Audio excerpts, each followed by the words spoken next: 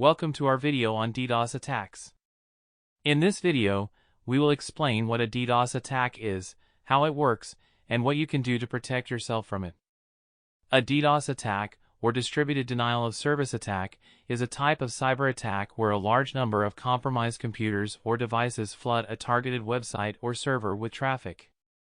This flood of traffic overwhelms the server and causes it to slow down or even crash, making the website unavailable to legitimate users.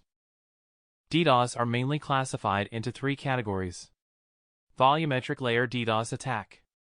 As the name suggests, a volumetric attack sends a large volume of malicious packets in the form of a request.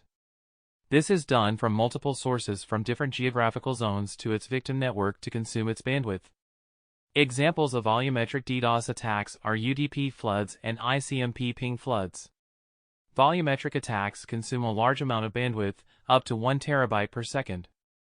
Application layer attacks, also known as Layer 7 attacks, target the application layer of a network or server.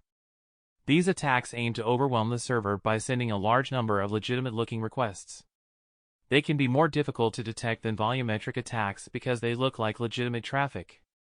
Common examples of application layer attacks include HTTP floods, SQL injection attacks, and cross-site scripting attacks.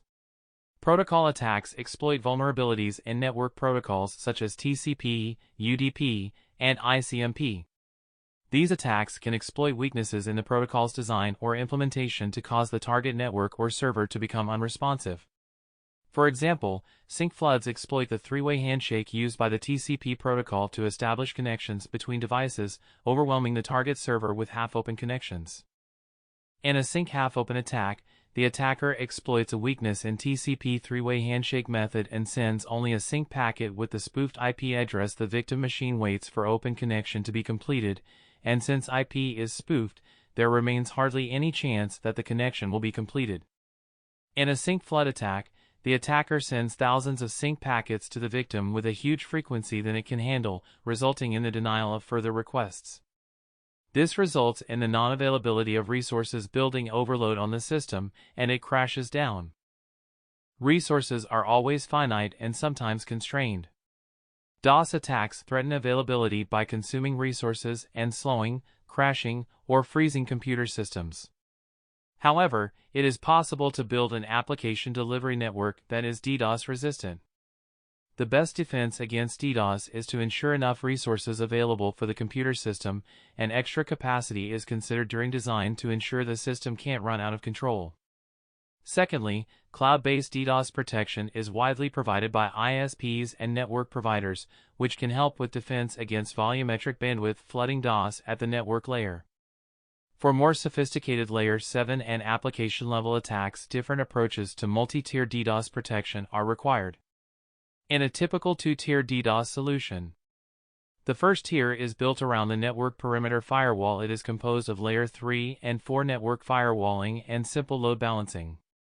This is where you will mitigate sync floods, TCP floods, and block source addresses during a DDoS attack. The second tier is more sophisticated and also more CPU-intensive. The second tier is where you deploy application-aware, CPU-intensive defense mechanisms like SSL termination and web application firewalling.